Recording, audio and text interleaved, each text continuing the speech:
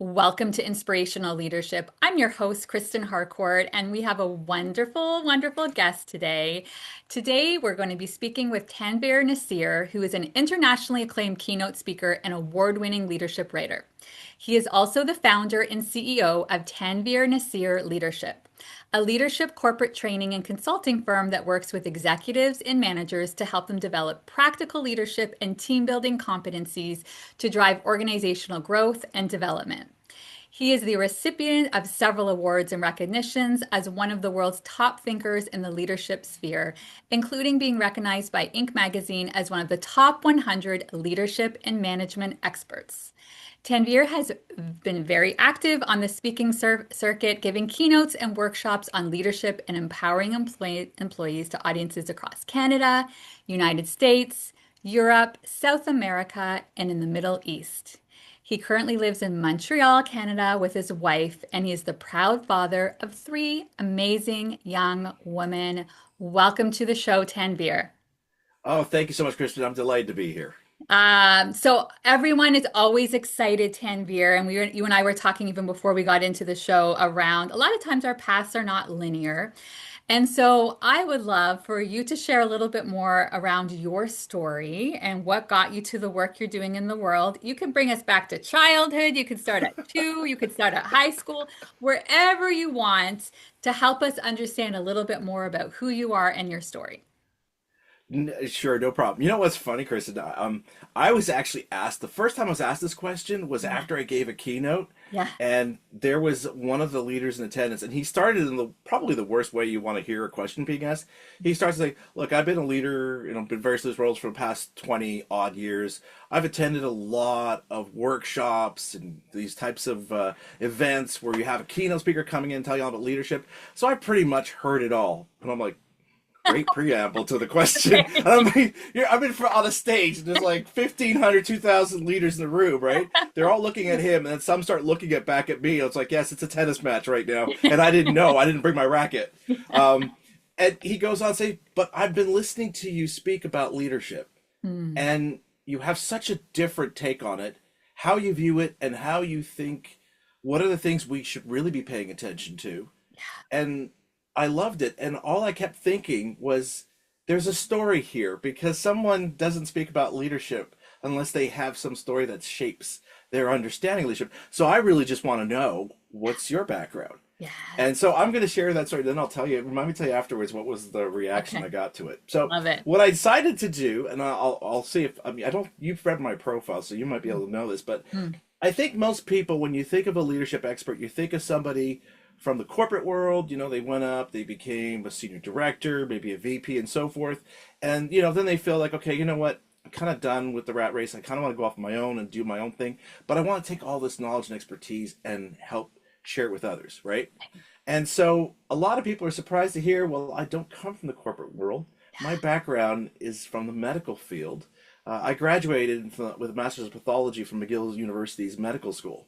Yeah. And I've spent a good chunk of my work experience working in the medical field, Hmm. working in hospitals, treating patients, then moving on to manage labs and biotech sector. And so I think there's been a real genuine, there's a little bit of a different approach that I take to how I view and understand leadership. But as I was explaining to people, like, look, so my career started, I'm a pathologist. I'm looking to help diagnose people who are Hmm. suffering from various ailments. Mostly it was cancer, whether the cancer treatment was taking hold, or even to determine whether they in fact have what kind of cancer they have. Yeah. From there, I went to join a clinic that had just started. It was the first in North America, an IVF clinic. Mm. And so there was nobody in North America who did this. They actually brought the British team who originally conceived of this technology over to Montreal to say we were going to train people who would Wow. be interested in doing this. And I'm like, well, this is cutting edge. I want to get in on that. Yeah. So I went from trying to help patients get better treatment for their cancer and so forth to saying, and I love this is what I used to tell people when my wife would take me to her office parties, which after a point she stopped taking me, and this is the reason why. People would come up to me and say, "Oh, you're Andre's husband. So what do you do for a living?" And I'd be sitting there with my glass, and they go, "Oh, I make babies for a living. And I take a sip of water and I just wait for the words to process. And you just see the look at them like, Where's okay, this is he going? drunk or is he nuts? Either option's not really a good one. So they often go, that's great. Nice to meet you. And Yeah, they leave. we don't know what to do with that. You don't know what to do with that, right? So then my wife, of course, would berate me, like, why are you making me look bad? And like, how am I supposed to explain it? I mean, if I start getting into the technical stuff, people don't understand. I literally make babies for a living. That's what I do. And she's like, so I did that for a while. And then I jumped into the private sector, working in the biotech sector, where I managed a number of different labs. And there, one of my key focuses, we worked with radioactivity, Mm, was to make sure people were using it safe. mm, But my goal was not to say to somebody, "Oh, you're being lackadaisical about how you're using it and you're being sloppy." I'd always approach it when I saw that there was a contamination. I would talk to the scientist and say, "Look, I'm telling you this because I'm worried about you. I don't want you coming to work and putting your health at risk for the experiments we do. Plus, I don't want you to harm your colleagues because they'll go to that station not realizing it's contaminated and they won't be protected." right. And I think initially when I would go tell people, like, look, I have to tell you because there's been contamination, you think I could see the defense going up. Oh, here he comes. I'm gonna get the riot act because blah blah Yeah. blah. And oh, I'm gonna have to go clean it up, but I got all this data I gotta process. And I'd say to them, like, look, I'm just letting you know. Okay, I'll go take care of it. I'm like, oh no, I already cleaned the station. And they look at me like, what do you mean?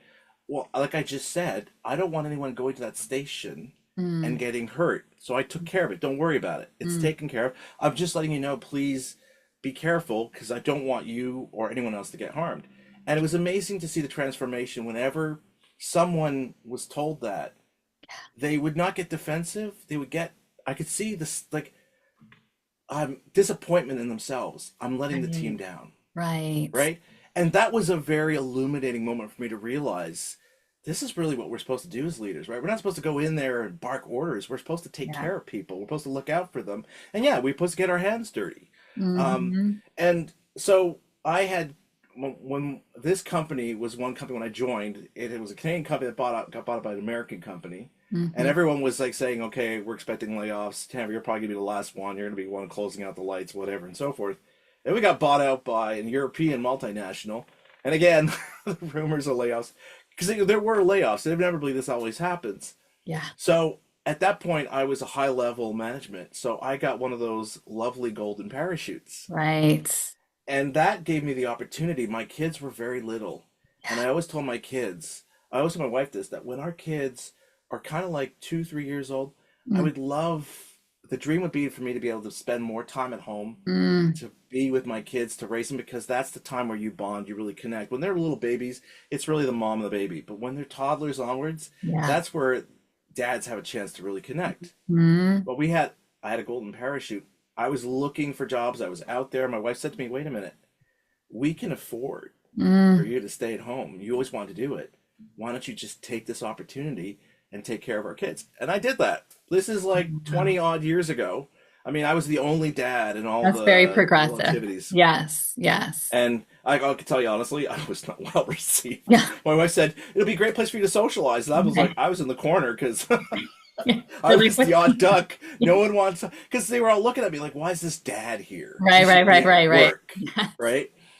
So but that was okay. I wasn't there for social. I was there for my daughters to make them Yeah. have that experience. Yeah. But I was starting to miss the social element, right? Mm, So I told my wife, I said, you know what? Do you mind if I start like a little company? She says, what do you mm, mean? It's just gonna be something I'm gonna start to decide. I'm gonna do it when the kids are busy, when they're asleep, when you're asleep. mhm, It's just mhm. for me to keep my brain busy. And Yeah. she says, okay, go for it. Yeah. I created a company, and then I started wanting to go to mastermind groups and so forth, just to say, okay, well, I want to learn the ropes of how do you become an entrepreneur, build your business. And Yes. people started talking. I've grown my company. Now I have a team, and I don't know how to lead them. I don't know how to do this. So I'd Mm, be sitting there listening, and I said, can I just chime in? And I would just share some stories, and right. people would be like leaning in. Yeah. And a few of them would come to me and say, hey, Tanver, can I take you out for dinner? I want to pick your brain. Yeah. Oh, sure, no problem. I Yeah. got taken out for a lot of Yeah. I can dinners to the imagine. point my wife said to me, look, I think we need to talk. And I'm like, okay, it's all above board. Don't, I said, oh no, I'm not worried about that. I'm just wondering, don't you see there's value here that you're creating, that people want to spend time with you? Yeah. What if you were to pivot and start focusing more on helping people be better leaders? Yes. And that's what I started doing at my wife's suggestion. And that's what I've been doing for the last 15 plus years. And Wow. I realized when you listen to that story, it's like, wow, it's like such an evolving, certainly not linear, straight Right, path. right. But here's the interesting thing. What I realized, and this all came to me. I'm Yeah. on stage, folks. I'm telling this Yeah. story on stage during Q&A Yeah. after my keynote. And I said at this point, I'm realizing as I'm sharing the story that there's actually a thread connecting everything. In my early part of my career, I wanted to help people Mm-hmm. deal with a terrible health outcome. How Yeah. can I get better and hopefully resume some form of a better life? And then I moved on to saying I want to help couples Mm. begin that dream of theirs of becoming a family. Yeah. And then it went on to saying I want to help people in the workplace succeed and thrive. I want to help leaders be the kind of leader their employees need them to be so that people succeed, grow, and will remember them, because you're creating this legacy where people are going to take that positivity with them forward. And if they become a leader, that's the example they want to emulate because they remembered what Mm-hmm. it was like to work for someone like that. And Mm-hmm. so my thread, my purpose was always about this idea of how do I help people be Yeah. better? Yeah. And Yeah. so that's why I ended with. So I said, this is what I ended. So I hope that answers your question. Thanks for answering it. I've never shared my story, so I hope you enjoyed it. Yeah. Right? Pin drop silence, and then the whole crowd gets up as if there was a sign behind me and starts applauding. And I'm like, whoa, okay, wasn't expecting that. It's so interesting, right? And yeah, I was going to say that thread too, right? In which that sense of purpose, but in that sense of contribution, right? You want to be able to Hmm. help, you want to be able to use your gifts and talents to be able to make the world a better place and look at these different ways that you did it. I love that story. And I think for so many people, there's all of these different things. And sometimes when you go back, you can say, oh, it all makes sense, but you don't know it. When you reverse No. engineer, it seems like it's all so obvious, but it's not. You're just, and it sounds like you were constantly checking in with yourself and tuning in, and you were pulled in a direction because there was that sense of giving back and it resonated with you, and you kept on listening and hearing when that happened. And do you feel like you are naturally someone who connects head and heart, like listens to that intuition, or do you think that's something that you built over time? I definitely think it's built over time. So for those people who are like, oh my God, I don't see that. So Tampa's one of those people. No, I would say that all of us, and I even did a TED talk on this, and I remember afterwards I had people come up to me and say, I wish I would have that kind of feeling of purpose. In fact, one woman, she said to me, I really wish, but I don't have that kind of feeling about work that you have. And I was like really curious. So I said to her, can I ask you a few questions? So I started asking her about, like, can you remember a project? It doesn't have to be a job, like a specific job, but just any job. There was this project, this initiative that you were a part of, and it really excited you. Like you were always thinking about it. You had, maybe it was on the weekend, and all of a sudden you're watching TV. Oh my God, I just had a great idea. I just want to write this down. I'm so excited to share this with the team on Monday. Yeah. Have you ever had that? And she goes, oh my God, yeah, actually there was. And she shares this story. Yeah. And then I started asking her a bit more about that job. And then I said to her, well, are there other jobs where you had something similar? Like maybe there was another project that was like that, or there was another. And she says, well, actually, there was also this thing, and that I really enjoyed too. The rest of the job wasn't that great, but when we had that project, I really enjoyed it. And I honestly was sad to see it end. Yeah. And the more I got her to talk about these different experiences, she was with her husband. He's standing, he's just listening. He's like, yeah, I agree. Yeah. I'm like her. I don't really feel like work's work, and that's Yeah. it. But as I was getting her to talk about her work experiences, the things that really lit her up, Mm. I could see on his face that he was seeing what I was seeing. This transformation in his wife about Right. how she was talking about herself, about Yeah. how she creates value that benefits others. And then she ends after all this, and I'm like, I'm looking at their husband at the end when she's finished. He's grinning, like, oh my, he just thinks, I think he realized I just saw a magic trick happen. Yeah. And she ends up saying, so yeah, that was my work experience. So like I said, as you can see, I don't really have anything like what you have. And her husband's like doing this. She's like, oh my God. And I said, well, I'm looking at your husband, and so it's clearly not just me, Yes. but I'm think you do have a purpose.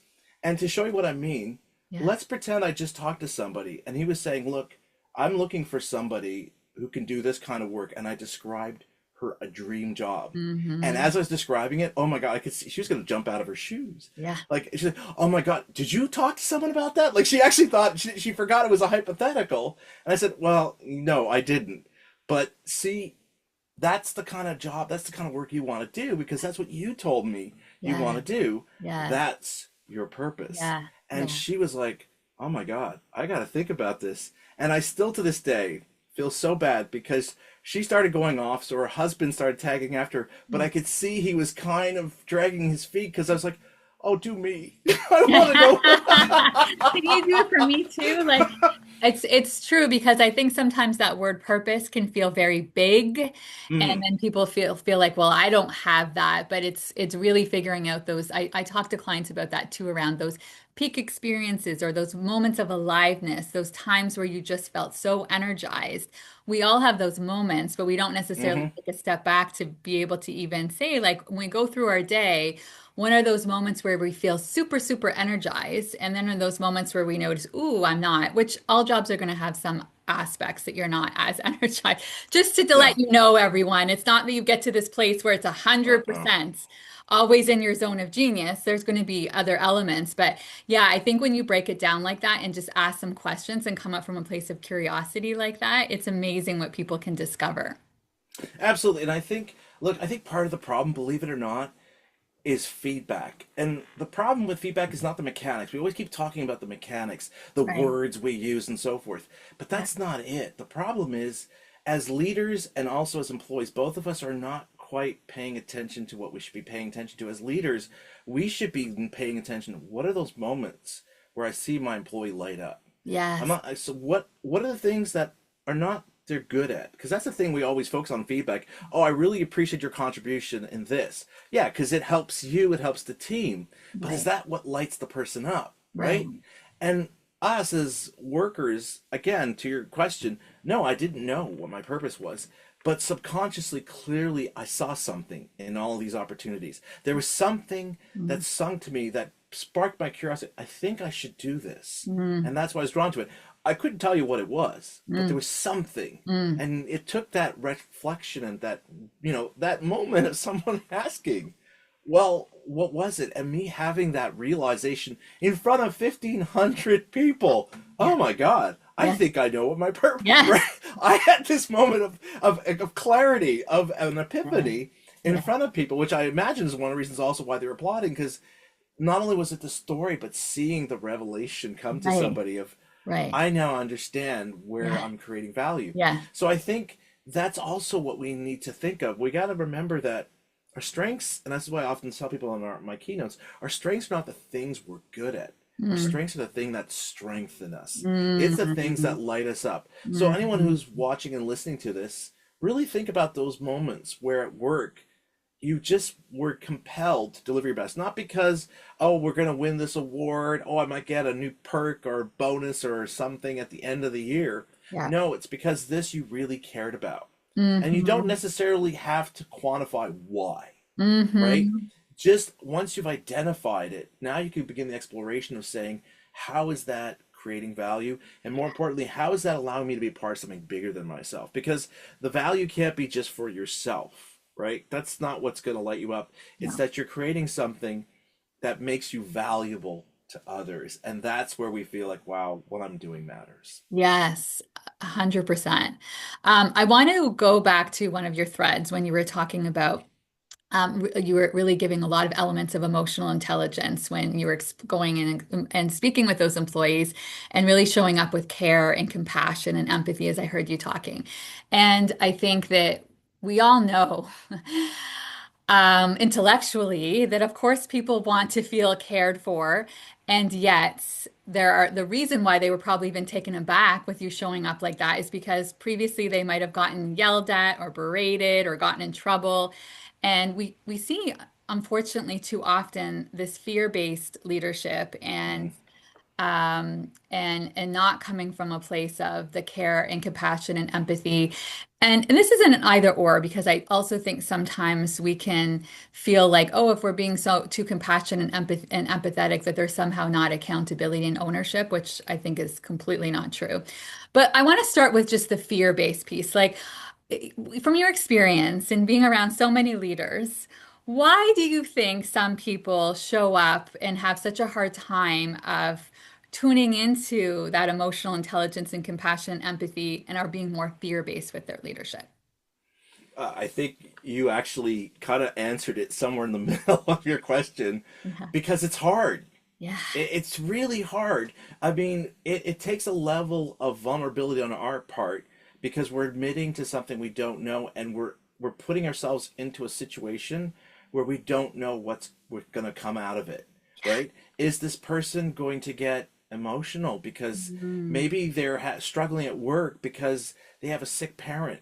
Maybe a beloved relative just had a heart attack and they're like, 500 kilometers or miles away, and like, I can't take time off to go see them and I'm worried and so forth, but they have to go to work and just deliver, right? And so when you ask, those emotions bubble to surface. Oh, I don't know what to do with this. I don't know what to do with. You don't have to do anything. That's the thing. You just have to listen. You just have to give them that space. And I think part of the problem too is that, and this is where we have to give leaders a bit of a grace. The majority of leaders don't get any type of real, genuine training. In fact, a lot of studies have shown that on average, it takes 10 years for someone who's just started in a formal leadership role to get any kind of leadership training. So you Hmm. imagine that's a decade's worth of someone poking around in the dark, Yeah. building bad habits and Hmm. leaning on their technical expertise because that's safe. That at least I know. Yeah. So I can go in and be curt and straightforward. Look, we need those numbers by Friday. You just got to put in the spreadsheet. Da da da da da da da. And then we all go, oh, look, my boss is being a micromanager. Mm. But that's what they know, right? And Yeah. they know if it was me, I could get that done, right? And that's how I would do it. But that's not how your employees do stuff. So I think that's part of the challenge. But then I think the other thing, again, where you answered the question is when it comes to demonstrating emotional intelligence and showing empathy to our employees, Yeah. the key thing that we have to understand is it's not that you have to do something about it. It's just giving people the space to feel heard and understood. Because Hmm. most people understand, like, look, there's a lot of things that I might not be happy with. And I realize that probably 60%, 70%, maybe even 90% of that stuff, Yeah. there's nothing you can do Yeah. because you do not have the authority or you don't have the means. But just you at least wanting to hear me out and understand what my reality is and to empathize with how challenging that is, at least makes me feel like you appreciate what I'm having to go through to get this done. And that is huge. That is huge. That's all you have to do. But it is hard because we're dealing with human emotions and that's messy and it's Hmm. difficult and it's hard, Hmm. right? Because again, if we look at how our brains are hardwired, right? We have any bit of information goes through our animal brains, they call it. And our brain by default will label everything as being a threat, unless we know for certain it's not, at which point it labels as reward. So you going in those conversations, your brain's already going, red alert, this is dangerous, this is don't do this, and so forth. So you're already going in feeling a bit on the defensive. So Yeah. we gotta learn and practice to say, no, I'm going in with care, but I'm also going in with curiosity.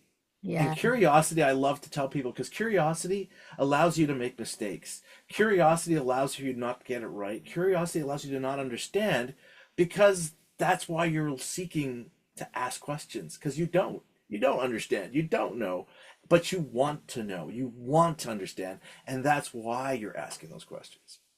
Oh my gosh, so much richness in what you just said. I feel like I can go so many directions. I mean, I think with what you just said, I think it's so important to even think about how do you self-regulate before you're even going to go into a meeting so that you're in a more grounded state, so that you are prepared Mhm. for, human emotions to show up, which I think is so important. Training, yes, yes, yes. I think it's so many leaders are not set up for success. It's like, here you go. You're a manager now. You have a team. Like you're doing all this awesome stuff as an individual contributor. So just go be a manager now, and I'm sure you'll be a superstar over there.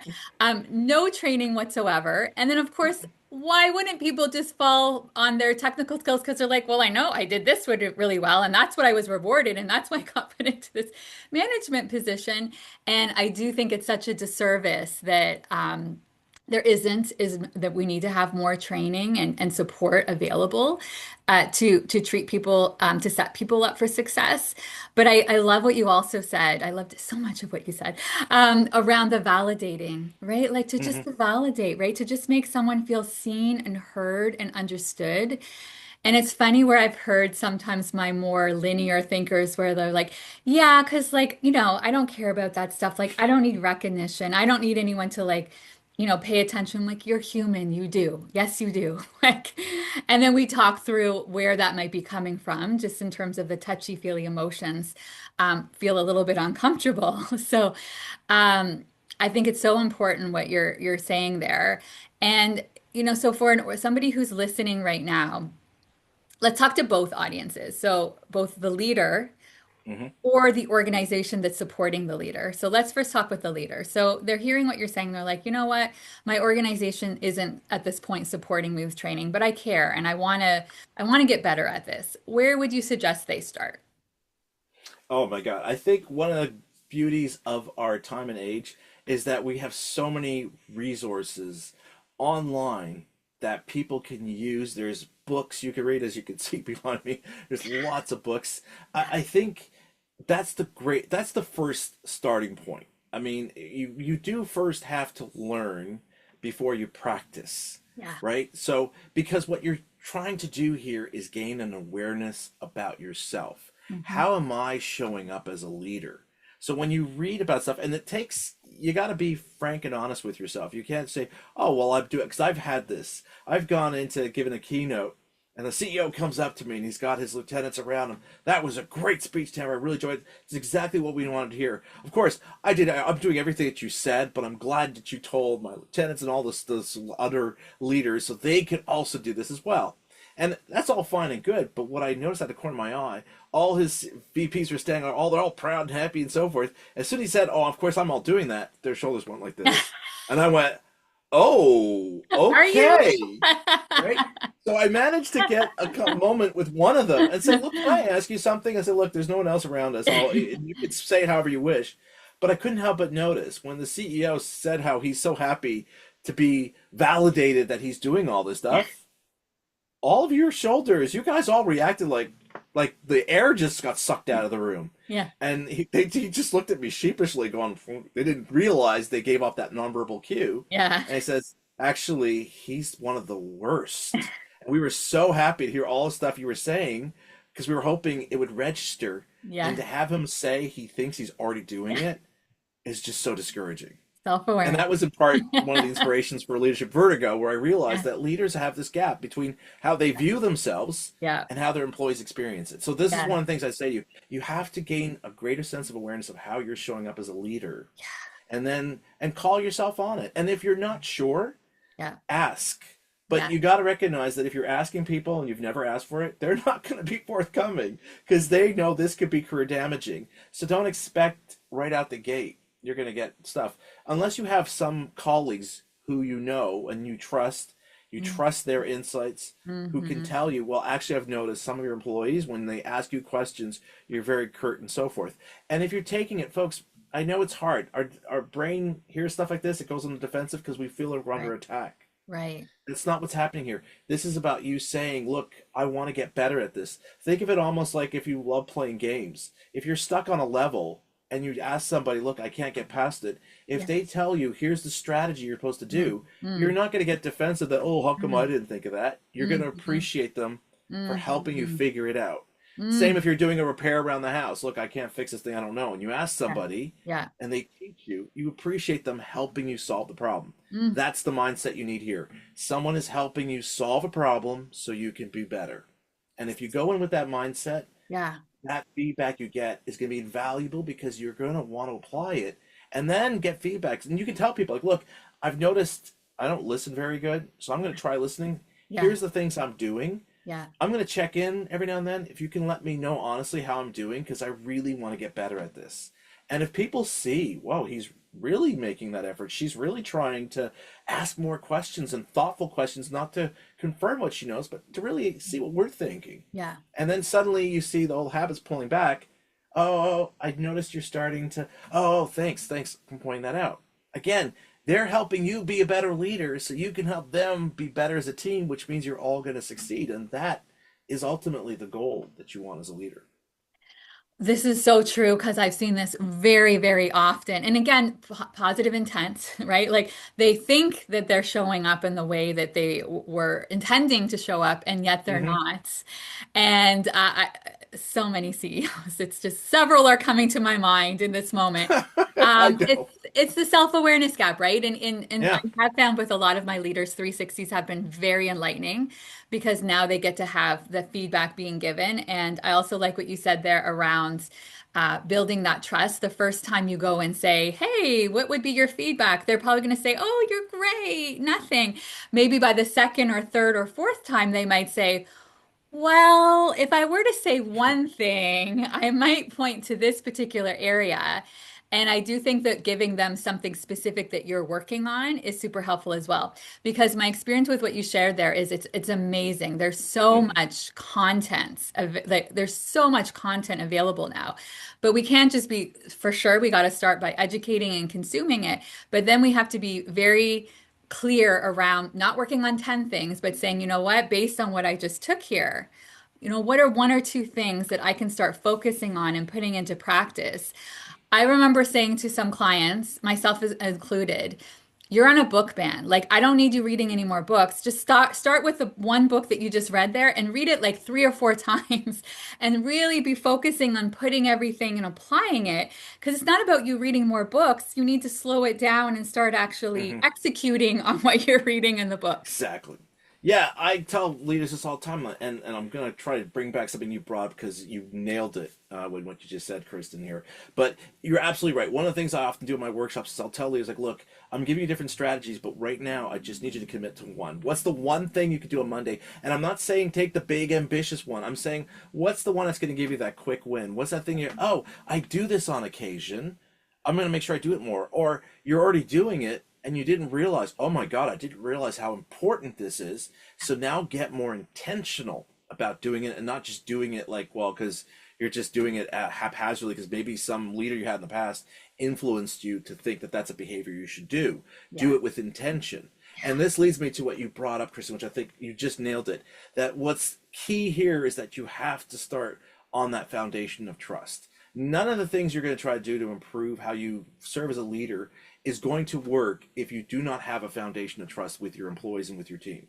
They have to see that you are committed to what you say you're going to do, that the things you say you stand for, you really do. And I'm not talking about when times are good, but Yeah. especially when times are bad. Are you still the same person? Are you still committing to the same actions, irrespective of what's going on or irrespective of the challenges your organization faces? Because Yeah. when you have that trust, it becomes so much easier when you empathize for people to take it as genuine and not performative. Yeah, I mean, I just had a coaching conversation this morning about this, and we were talking about it. There was a values clash around integrity, and we talked about it's not the easy moments. Integrity shows up when it's the hard moments, and Mm-hmm. now there's one pathway or another pathway, and some people's survival instincts kick in, and the integrity doesn't show up in that moment, and it really, really erodes the trust.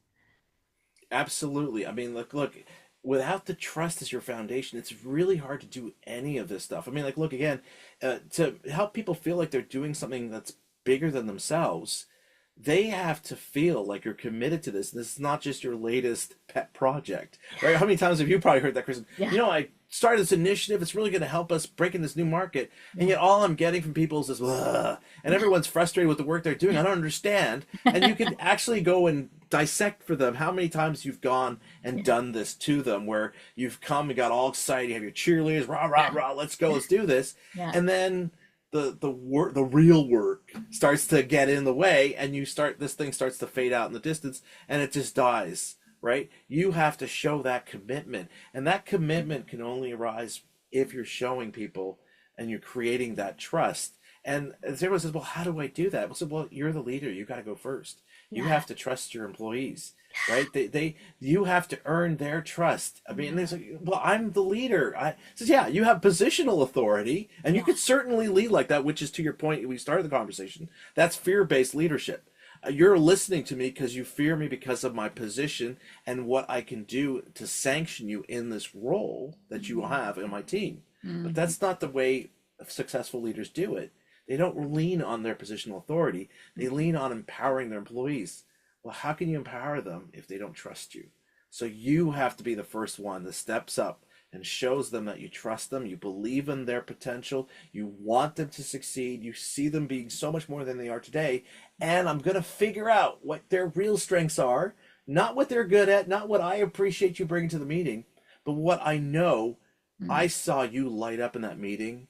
That clearly matters to you, and I'm going to call that out. That's my feedback. Mm-hmm. Look, when you brought up that point, that was so important. Mm-hmm. Thank you for bringing that to attention. No one else realized that. Now you've given them feedback of how they benefit the team, but you're Yeah. also drawing their attention to something they're doing that they say, I'm going to do more of that. And the more they Yeah. do it, the more they're going to Yeah. feel good about themselves because Yeah. you've tied your team's goals to what matters to them.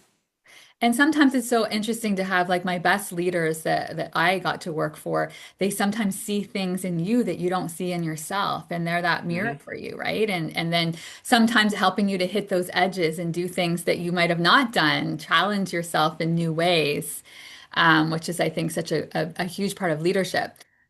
That's awesome. So let's talk about the other audience now. So listening to the podcast right now might be a CEO or might be a CHRO who is trying to convince said CEO around investing in their leaders. So what would you say to this audience? I'm sure anyone listening, you've already been convinced with everything we've just said. But what else might you share with them around why it's so important, Tanveer? Well, I mean, see, the biggest problem that I've always encountered, and this is the big pain point, I don't want to invest in people. Like, I don't mind investing in software. I don't mind investing in Yeah. technology. I Yes. don't mind investing in infrastructure. Why? Because it's not going to leave. If I invest in my Mm-hmm. employees, Mm-hmm. how do I know they're Mm. not going to leave? Yes. And they're always stunned by my answer. If they don't leave, you're Yeah. not doing your job. Yes. And they just look at me like, all right, what on earth are you talking about? I said, look, if someone comes into your team, you should be looking at them where they are today. Like you just said, Christian, you should be looking at discovering what's their real potential and helping them grow and helping them become so big that they outgrow their role. They might even outgrow the team. And Yeah. yes, they're going to leave you. Now, hopefully, Mm. they'll leave to another department, another Mm. division within the Mm-hmm. organization. So if Mm. you're really playing it smart, you'll actually find opportunities in other divisions for them. And you'll talk to that team leader, that department head, and say, look, I got a real up and comer on my team. And Yeah. they are really a rock star, but they're going to outgrow their role in my team. And I can't offer them more challenges and opportunities to help them grow. But I know the kind of work that excites them is the kind of work you guys are headed towards doing. Yeah. I want to get you to get them on your team so we don't lose them. That's the key. This is what a lot of organizations don't realize. You're not supposed to hold on to people to say you're in this team. You're supposed to grow your employees, but then like almost like in a relay race, Yeah. pass them off to your next team, to your next Yeah. department, so they can continue to add value to the organization, but just Yeah. not on your team. Now everyone's like, "Oh yeah, but that's great." So now this guy's going to get a rock star, and I'm stuck having to fill in a slot.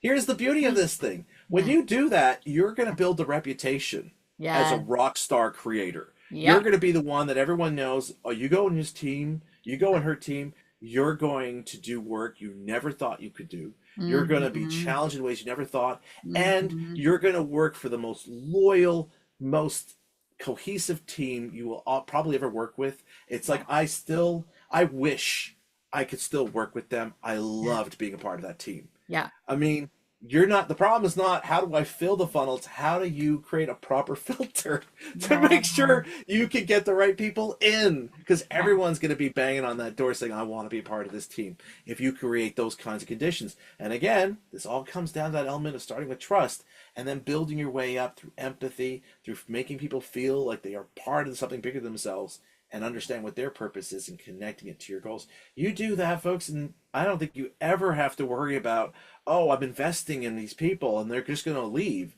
Yeah. Well, they'll leave your team, but if Yeah. you're doing things right, they'll Yeah. stay in your organization and they will continue to pay back in dividends the Hmm. investment you made in them. I think that's so important what you're sharing. Because I talk about it all the time. I'm like, are you kidding me? You're spending like $100,000 in your marketing stuff over here, but you won't Yeah. spend on the humans over here, which have a huge, massive ROI based on all of the Hmm. things that they're doing, like so much tangible and intangible. So I think the way you said it was beautiful. And and you know what I would add on to what you're saying? You know what? Sometimes your top performers are going to leave. Guess what? If you also, as an organization, have the reputation of being an organization that invests in people, guess what? High performers are friends with other high performers. Guess who they're going to recommend? They're Yeah. going to recommend your company.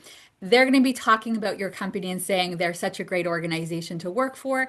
It's this beautiful way that when you really treat people well and invest in that way, your reputation speaks for itself out there in the marketplace as well.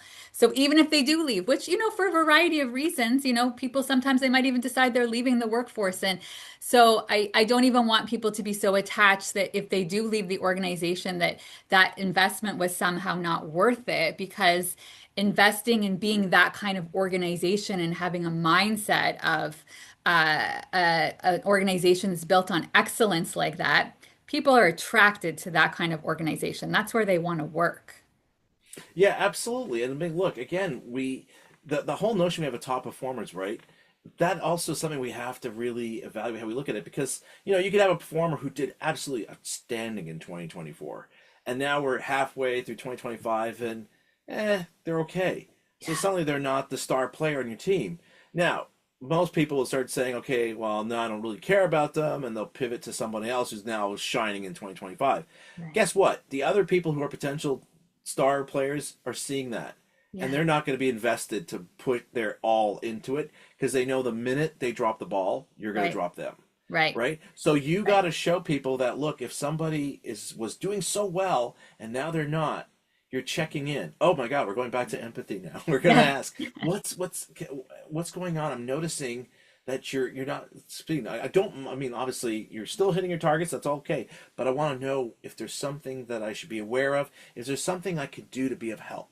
Yeah. Right? Yeah. Showing that care concern. Again, there might not be anything. It might be some family problems and so forth, but just letting them know you're seeing that there's an impact and you're there. Look, if there's anything we can do, if you need some additional support till you can, things settle down, let me Yeah. know. I don't have to know the details. Just Mhm. let me know if you need additional support and I will give Mhm. it to you to help you. Mhm. They're going to remember that. And guess what? Everyone sees this. Everyone around you sees Mhm. this. And they're going to want to say, you know why she's doing that? Because she's the star player on the team. So Right. if I become the star player on the team, I'm Yeah. going to get that level of care and support. And you should actually be trying to see how do I make you the star player of the team, right? Because Yeah. a lot of teams, when we talk in sports, a lot of the best players will say, I don't want to be on a team of all stars. I want to be on an all star team, meaning Mhm. everyone knows they Mhm. have a part to play to win the championship and not just rely on Yes. that one athlete. And it's the same in Yes. organizations. Every single person in your team has to know I got to deliver because if I don't, I'm letting Yeah. the team down. It's Yes. not the star player they're going to carry Yeah. across the finish line. If I drop the ball, we're going to We're lose. all in this And together. Yeah. exactly. And I think when you do that, investing in people, Mm. it's not a loss, it's an absolute gain. And Mm. like you said, top performers know top performers and they talk. And even people who are friends with top performers and are like, oh, I really want to. They said, look, you're not in the right environment, but Yeah. we're actually have an opening in our team and I Yeah. know you're going to excel. And Yeah. that's how you get it just becomes this positive feedback loop because you're creating conditions where people want to be a part of it and Yeah. they're dying to get in there. So you never have to worry about, well, what if I invest and they leave? Oh my Yeah. God, you're gonna have 10 people waiting Right. for somebody Right. to leave. They're all Yeah. just waiting. Oh, I Yeah. can't wait for that person to leave. I think they're getting itchy, so that way I can apply for the job. Yeah. And so Yeah. you never have to worry. The investment will pay Yeah. tenfold easily. Yeah. So good. So good. Um, Tanveer, I knew that we could talk for hours, but I'm being conscious as we get close to wrapping up today's conversation. I always like to give my guests an opportunity to leave some final thoughts. What else might be top of mind for you? One might be just based on what's going on in the world in 2025. Like we were talking before we got on, like rapidly changing world, but whatever is most top of mind that you would like to leave with the audience. I think right now, when we see all the things going on in the world right now, with the massive layoffs, the concerns around AI, I think the we have to realize we're really at an inflection point where a lot of decisions are being made at a short-term perspective. In fact, we're already starting to see a lot of these companies that did these massive layoffs are now regretting it and are trying desperately, desperately to get the people back because the people they got rid of have, they struggled at first, but now they found an opportunity to work elsewhere. Not to mention the fact that you've already destroyed the trust.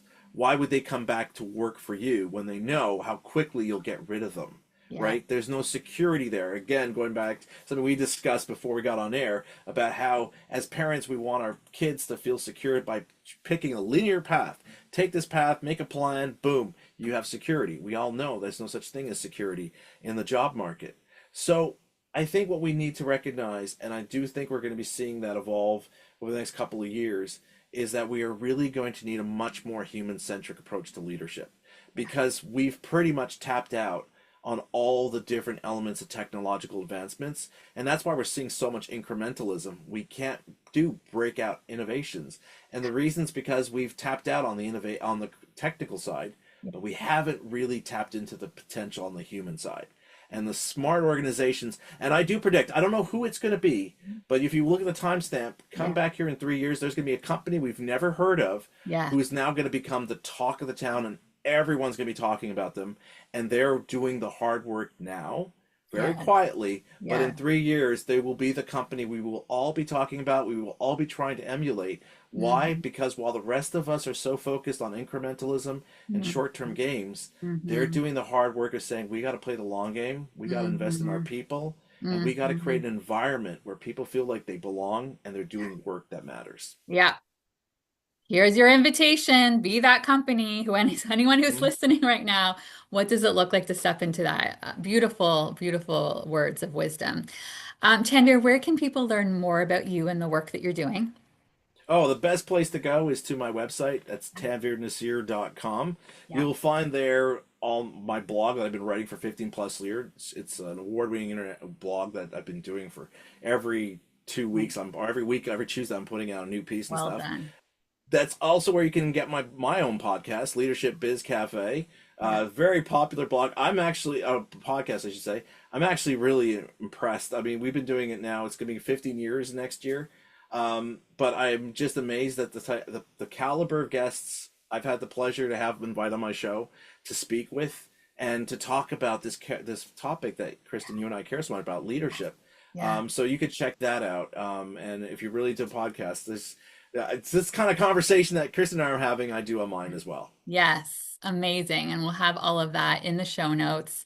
And for anybody listening, if this episode really resonated with you, make sure to share it with other leaders.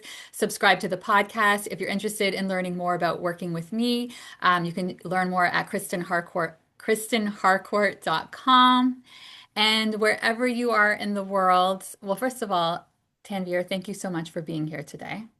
Oh, it was my pleasure, Kristen. I absolutely love talking about this stuff, and I agree. You and I could talk about this for I think we hours. could spend a lot of time. There's definitely a shared passion. I felt that right away. So thank you so much for sharing all of your wisdom today. And wherever you're listening, wherever you are in the world today, good morning, good afternoon, good evening. We are sending tons of love. Bye bye.